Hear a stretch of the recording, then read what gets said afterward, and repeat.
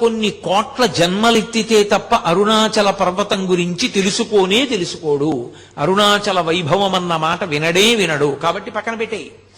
విన్నాడు, అది మనసులో హత్తుకుని అరుణాచలంలోకి ప్రవేశిస్తానన్న మాట అన్నాడు పో. అహంకారం వదల్లేడు. ఏదో ఒకటి వెంట పెట్టుకుంటాడు. వెంట పెట్టుకుని నేనింత వాణ్ణని డాంబికానికి పోయాడా, ఆయన లోపలికి రానివ్వడు. అహంకార పరిత్యాగం చేశాడా, లోపలికి రానిస్తాడు. అందుకే అరుణాచలంలోకి వెళ్ళాడు అంటే వాడికి ఏదో అధికారం ఉంది, పరమేశ్వరానుగ్రహాన్ని పొంది ఉన్నాడని గుర్తు. అందుకే లోపలికి రానివ్వరు.